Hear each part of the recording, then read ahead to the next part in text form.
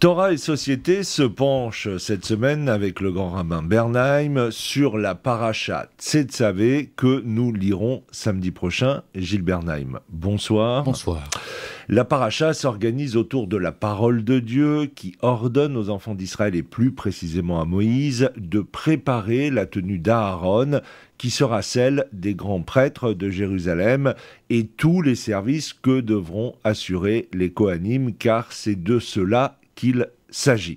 Alors, avant de parler de cette paracha Tzetzavé, un mot sur le dîner du CRIF qui a eu lieu hier, où vous étiez présent.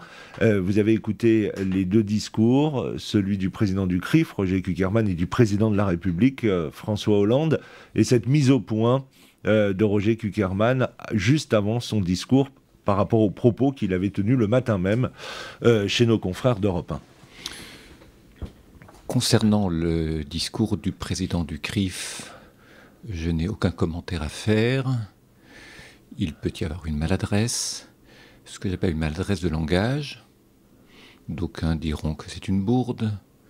Je préfère dire que c'est une maladresse de langage et qui, dans la tension du moment, a fait que le président du CRIF n'est pas arrivé aisément dans l'interview même le matin, à retrouver une bonne respiration. Et comme souvent, une maladresse peut générer des approximations, puis d'autres approximations, parce que l'on n'est plus tout à fait en bonne conduite du langage. Voilà, rectificatif a été fait, dépêche à l'AFP. Ce n'est pas pour autant que je considère qu'il faille s'arrêter sur cet événement. Les Juifs, les Français en général, doivent réfléchir à la situation présente. Elle est difficile, des mesures sont prises et j'ai pour ma part été heureux d'entendre le président de la République, à la fois pour ce qu'il a annoncé en termes de projets et de projets concrets, pas simplement des effets de langage. Maintenant, il faut voir comment la chose se réalisera et quelle sera son efficacité, mais aussi, je dirais, pour l'autorité naturelle qui l'habitait lorsqu'il en a parlé.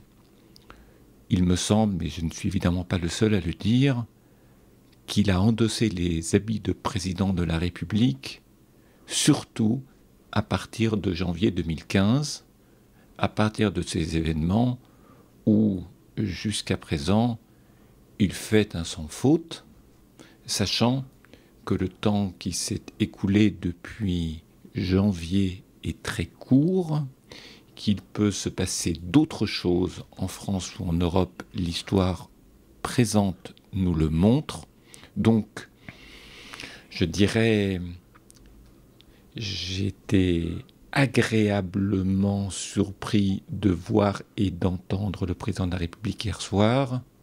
L'histoire seule dira si cet optimisme sera longtemps de rigueur.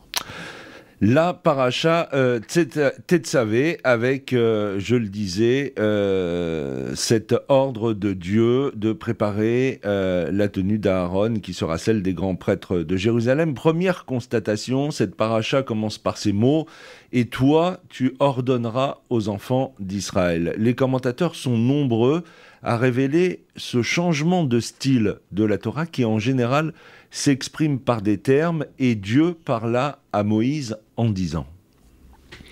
Il y a parlé, Tzetzavé, c'est comme mitzvah, c'est donner un ordre. Donner un ordre, je l'ai dit dans une émission sur une précédente paracha, donner un ordre, c'est pas simplement voilà ce qu'il faut faire, voilà ce qu'il ne faut pas faire. Donner un ordre, c'est remettre de l'ordre en hébreu biblique sur une situation qui est, je ne dis pas complexe, mais qui est défaite. ou dans le désordre, sur laquelle il n'y a plus la possibilité de penser le complexe. Parce que lorsqu'une situation est trop simple, elle est parfois simpliste, elle se réduit à une alternative entre le blanc et le noir, entre le permis et l'interdit. Alors ça, c'est pas nécessaire. Il n'est pas nécessaire de donner des ordres quand la réponse est soit ceci, soit cela. Il faut donner des ordres lorsque la situation est complexe. Et si la situation n'est pas réellement complexe, c'est que l'ordre n'aura pas de pertinence et pas d'implication sur la réalité à long terme. Accepter l'idée de la complexité des choses. Vous savez,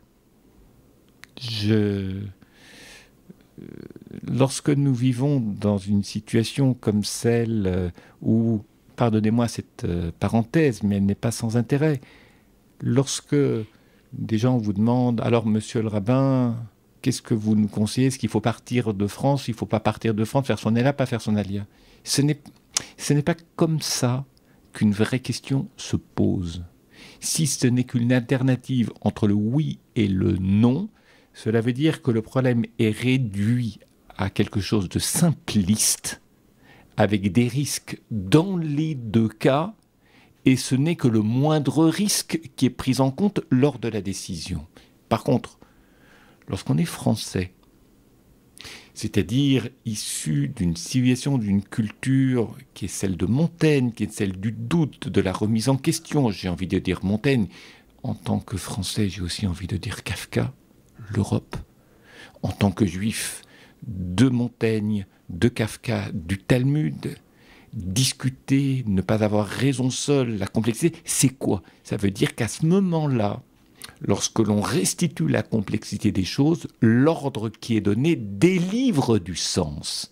Parce qu'il est dit d'une certaine façon que l'on est obligé de faire un long parcours pour écarter les termes qui s'affrontaient au départ, pour restituer très probablement une vérité qui tienne compte des richesses de l'une et l'autre posture, ou l'une ou l'autre des opinions, mais sans les violenter au point de les opposer et de les rendre irréductibles, mais en montrant qu'il y a dans l'un et dans l'autre des paroles de vie. Elou ve'elou divrei Elokim chaim, c'est ce que dit l'hébreu.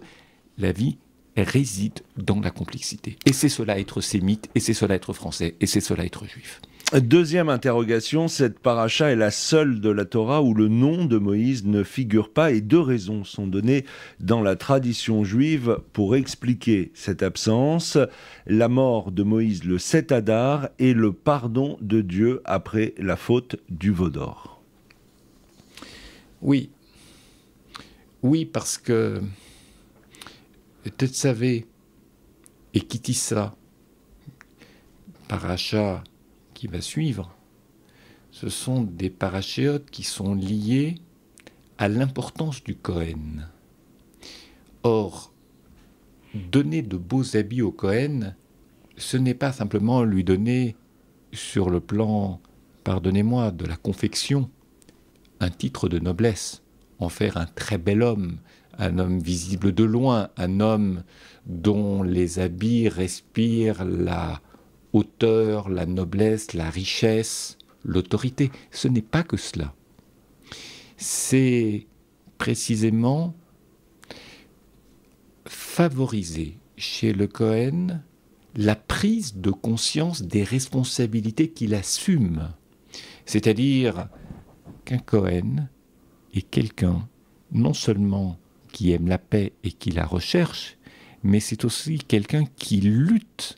Et tout le rite de la prêtrise dans la Bible en atteste, qui lutte, c'est-à-dire qui fait que l'idolâtrie doit être détruite. Donc il lutte contre les tentations idolâtres. Il éduque le peuple pour l'éloigner de l'idolâtrie. Or, ce qui est paradoxal, c'est que toute cette savée est consacrée aux prêtres, au Kohen et au Kohen Gadol tout particulièrement. Et la paracha suivante, c'est la faute d'Israël, Kitissa, qui va conduire à la brisure des tables de la loi, des premières tables de la loi.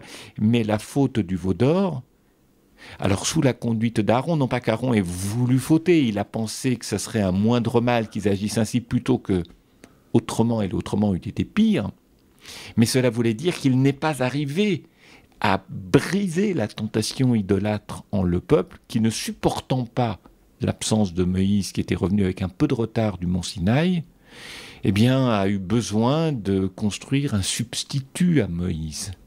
C'est-à-dire idolâtrer un homme. C'est une autre façon de dire idolâtrer Moïse ou idolâtrer le veau d'or, c'est un peu la même chose, si l'autre est le substitut de l'un.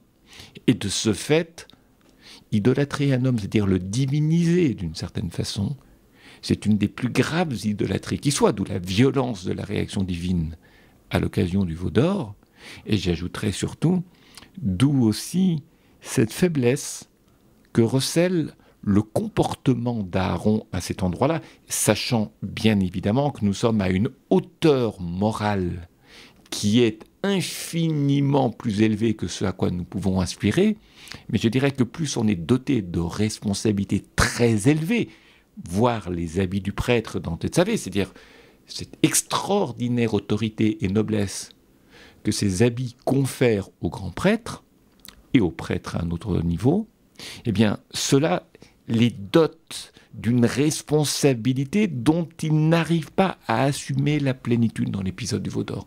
Ils ont, j'ai fait un faux pluriel, c'est Aaron, bien évidemment. Et ce qui peut paraître surprenant, c'est que Moïse semble savoir par avance qu'il va y avoir l'épisode du veau d'or et demande déjà pratiquement pardon à Dieu. Oui, alors là, c'est certain que Moïse lutte toute sa vie contre la tentation en le peuple d'Israël de l'idolâtrer. Lui, Moïse, il en a peur, ça l'inquiète. Donc très souvent, il adopte des stratégies de rupture ou des positions de repli d'extrême modestie pour prévenir ce risque. Et demander pardon à l'avance, c'est précisément vouloir désaffectiver toute la relation idolâtre que le peuple peut entretenir avec lui et montrer à Israël les risques qu'ils vont prendre et les conséquences que cela va entraîner. J'ajoute simplement une chose, puisque vous m'aviez posé la question il y a quelques instants. Si le nom de Moïse n'est pas prononcé, c'est précisément parce que Moïse et Aaron fonctionnent ensemble. Et je devrais ajouter Myriam également. Il n'y en a pas un sans les deux autres. On sait que dès la mort d'Aaron ou dès la mort de Myriam, mais il va se passer des choses très difficiles, douloureuses pour Israël ou compliquées. Ce trio prophétique, j'ai presque envie de dire ce triptyque prophétique fonctionne extraordinairement bien.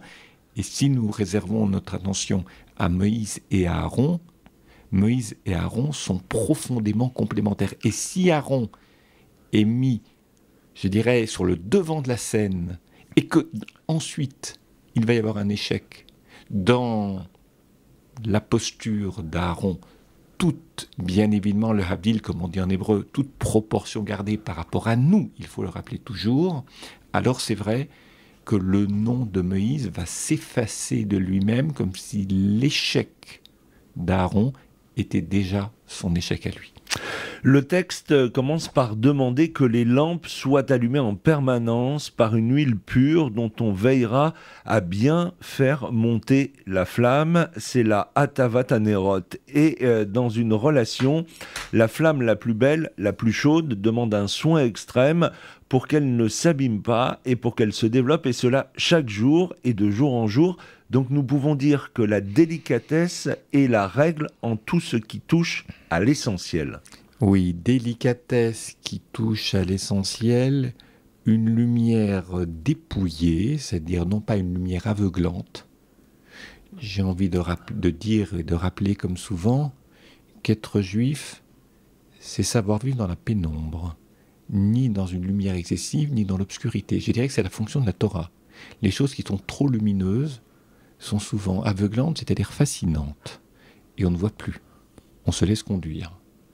Lorsqu'il y a trop d'obscurité, on ne sait pas où aller, et dans l'obscurité, on y va à tâtons, et souvent, on se raccroche à ce qui se présente à nous, mais qui n'est pas toujours la bonne prise. Donc la pénombre, mettre un peu plus de lumière là où il y a trop d'obscurité, et mettre un peu plus d'obscurité, là où il y a trop de lumière, pour créer cette pénombre. Ça, c'est la lumière. Ça, c'est la lumière, et c'est évidemment à cela que fait référence la menorah dont il est question dans toute sa vie. Maintenant, j'ajoute une chose. C'est qu'il est question d'huile, et d'huile d'olive. Une huile d'olive pure. Qu'est-ce que c'est qu'une huile d'olive pure ? Vous avez sûrement, et nombre d'auditeurs ont traversé la Provence.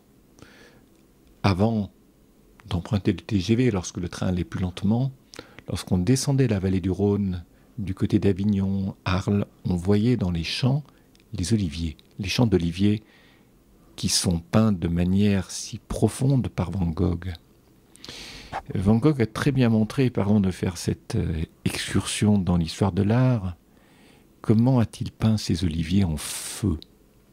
Ces oliviers qui semblent tordus, animés, allumés par un feu profond, qui semblent donner à l'arbre des vaisseaux qui plongent profondément dans le sol et qui embrasent le ciel. Dans ces deux expressions, tout est dit. Plonge profondément dans le sol, c'est-à-dire qu'on a l'impression que l'arbre est porté par des forces telluriques très grandes, et en même temps il embrase le ciel, il met le feu au ciel. C'est Van Gogh.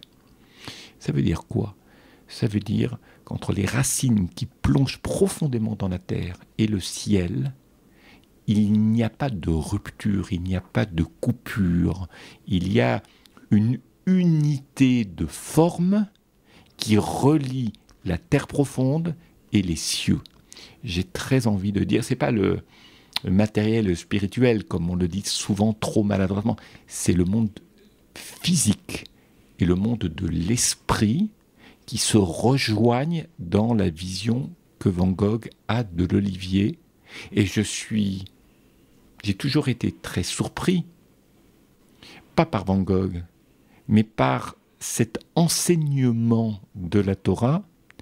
Et quand je dis surpris, au sens extraordinaire, c'est-à-dire cette vision artistique que possède déjà le lecteur des commentaires de la Torah et les commentateurs eux-mêmes, à savoir la menorah, l'huile d'olive dont il est en question pour l'onction et pour d'autres choses, permet de lier la physique du monde avec la part de l'esprit, comme si dans l'un comme dans l'autre, il y avait ce qui manquait à l'autre et à l'un.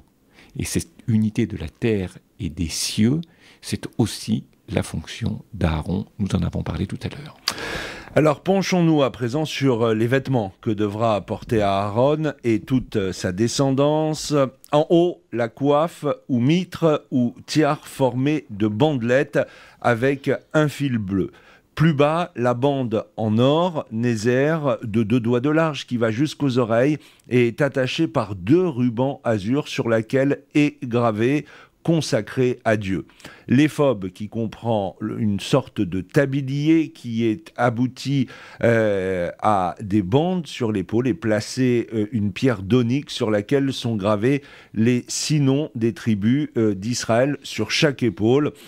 On l'attachait avec le plastron du pectoral, appelé Oshen, constitué d'un carré d'une demi-coudée de côté, de pierres précieuses, et sur chacune est gravé le nom d'une tribu dans l'ordre de la fratrie. En dessous, le manteau, en ciel bleu ciel, de l'éphod. Il est bien renforcé en haut pour enfiler la tête. Il n'a pas de manche, et en bas, on y intercale 36 clochettes et 36 grenades. Il y a la ceinture, elle est très travaillée, contrairement à celle du simple prêtre, comme des fils du voile du tabernacle. Elle est composée d'azur, de pourpre, d'écarlate, avec du lin retors. En dessous, il y a la tunique ou chemise, et en dessous, un caleçon de lin pour cacher la nudité quand il monte sur l'autel. Le service se fait pieds nus. Cela ressemble plus à des chukim qu'à des mishpatim, ces ordres de Dieu. Évidemment, cela relève plus des chukim, parce qu'on ne voit pas en quoi telle couleur, tel matériau, tel tissu, telle partie du corps couverte par telle forme d'habit élève et le grand prêtre, et les prêtres, et tout Israël vers Dieu. On aurait eu d'autres couleurs, d'autres habits et d'autres parties du corps couvertes, on aurait trouvé des symboliques et donc du sens. Je crois qu'il y a autre chose qui est à mettre en avant. C'est que sur tous ces éléments que vous avez évoqués, et que je évidemment de mémoire ne peux pas recenser, vous savez, il y a d'abord des lieux de fabrication. Il y a des manières de chercher les pierres précieuses, les tissus, comme il est question, pas seulement à propos des habits du grand prêtre, comme il est question de la construction du temple plus tard, ou du sanctuaire du désert. Ces matériaux, où est-ce qu'on les trouvait dans le désert? Pas, ou alors c'était un miracle, où il fallait les trouver, où il fallait les chercher. Et pareil pour le grand temple à Jérusalem, et je dirais plus encore à Jérusalem, parce qu'il y a une cité, il y a une vie politique. Il y a donc un peuple qui peut se disperser sur la surface de la terre d'Israël, et chacun peut ramener ce qui est nécessaire pour la construction du temple, et surtout pour l'accomplissement des rites. Mais dans les recherches, dans les comportements de tout un chacun du peuple d'Israël pour rendre possible la confection de ces habits, il y a des attitudes, il y a des règles à observer, il y a des comportements qui donnent à penser ou des gestes qui donnent à penser. Autrement dit, c'est bien en amont, c'est-à-dire avant même que l'habit soit fini et porté par le grand prêtre, qu'il s'est passé chez nombre de gens du peuple d'Israël des bouleversements. Quand je dis s'est passé, sont survenus des bouleversements. Quand vous accomplissez un geste, quand vous prononcez des mots, quand vous étudiez le sens des mots que vous devez prononcer, vous y trouvez du sens. Et ce sens vous habite et peut changer votre regard sur le monde. Et donc lorsque vous donnez l'objet que vous avez confectionné au grand prêtre ou à ceux qui vont le donner au grand prêtre, vous n'êtes plus la même personne. Et quand vous le voyez porté par le grand prêtre, vous vous rappelez de tout ce que vous avez dû faire pour rendre possible la confection de l'habit, et à ce moment-là, vous restez à un niveau de responsabilité, de prise de conscience, de devoir moral, dont la seule vision du grand prêtre en activité vous restitue déjà la teneur. Ça, je crois qu'il faut le rappeler. C'est-à-dire, il ne s'agit pas de sacraliser l'habit du grand prêtre, même s'il il y a une vraie sainteté. Sacraliser, ça rend idolâtre. On est fasciné et on ne pense plus. Sanctifié, on est élevé. Parce que l'on se rappelle que l'on est différent de l'autre, parce que chacun a un lot de responsabilités à assumer, et c'est cet ensemble de lots de responsabilités assumées qui forme la spécificité du peuple juif, c'est-à-dire son élection. Nachmanide indique que ce vêtement est essentiellement parce que Aaron est celui qui restaure l'homme créé initialement dans la gloire et dans la beauté d'Adam, et qui était revêtu de la lumière. Bien évidemment. Ce que dit Nachmanide en substance, c'est que le grand prêtre restitue la pureté de l'homme qui ne faute pas. Je ne dis pas l'homme d'avant la faute. Je dis de l'homme qui ne faute pas. Permettez-moi là aussi un exemple qui nous fait sortir en apparence du texte biblique, mais qui aidera nos auditeurs à mieux comprendre. Quand vous jouez d'un instrument de musique, par exemple vous jouez du piano, vous voulez jouer une sonate, quand vous avez joué cette pièce, en réalité, avant de jouer, même si vous jouez très bien, vous écoutez des enregistrements de jeux exceptionnels, de très grands pianistes, qui eux non seulement ne font pas de faute, donc ça vous met la musique parfaite en tête sur le plan technique, mais vous êtes porté par l'esprit de l'interprète. J'ai très envie de dire que le grand prêtre, c'est un peu comme un pianiste d'exception. C'est-à-dire quelqu'un dont le jeu est exemplaire, dont les gestes, le comportement, les vêtements sont exemplaires, et ils inspirent, ils élèvent, c'est-à-dire qu'ils tirent vers le haut ceux qui chacun à leur mesure, ne remplissent pas la tâche du grand prêtre, mais remplissent une petite tâche, parce que chacun doit être exemplaire autant que peut se faire, mais ce n'est pas l'homme parfait qui importe tant. C'est un peuple qui, tous ensemble, se comporte bien.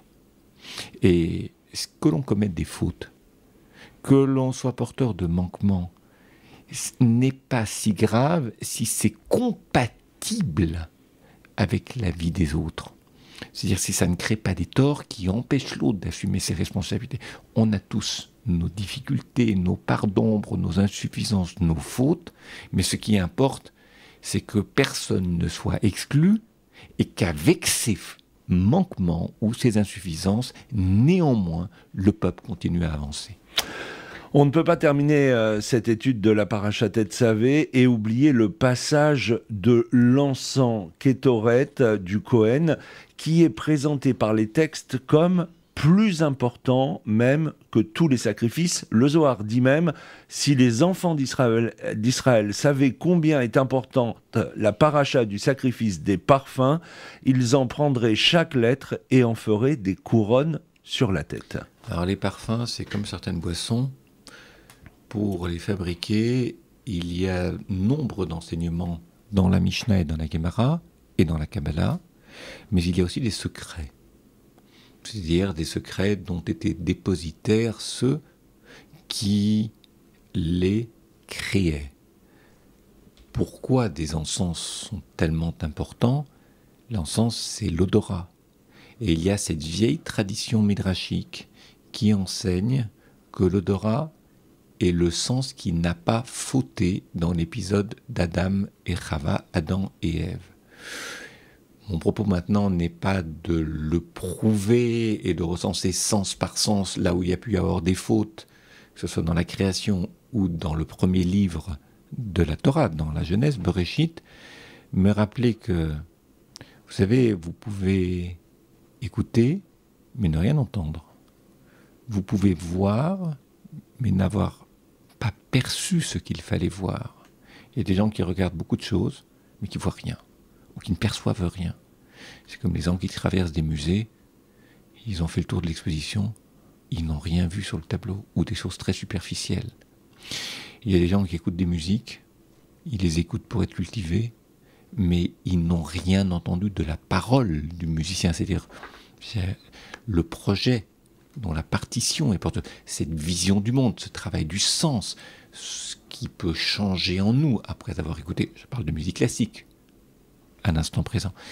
Alors ça, ce sont des sens qui non seulement peuvent se tromper, mais des sens qui peuvent ne pas être suffisamment travaillés pour en exploiter l'originalité.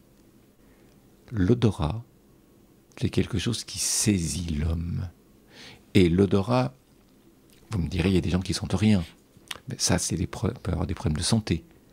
Mais l'odorat est le sens sur lequel, pas seulement Adam, mais les patriarches, selon la tradition du Midrash, ont toujours veillé à ce qu'il ne soit pas faussé.